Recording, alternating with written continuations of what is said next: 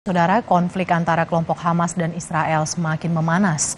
Milisi Hamas terus menembakkan roket ke arah Israel Sabtu malam waktu setempat.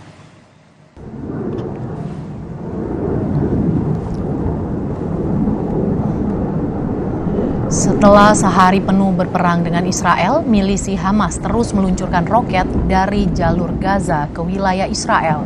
Dalam serangan yang luas, milisi Hamas menyerbu ke 22 lokasi di luar jalur Gaza yang dikuasai oleh Israel. Sejumlah kota yang berjarak 24 km dari perbatasan Gaza turut diserang. Perdana Menteri Israel Benyamin Netanyahu menyatakan perang. Hal ini membuka kembali sejarah perang pada 50 tahun lalu di tahun 1973 silam. Layanan penyelamatan Israel mengatakan serangan kali ini menewaskan 100 orang Israel dan ratusan lainnya terluka. Data ini menjadikan serangan yang paling mematikan di Israel selama bertahun-tahun.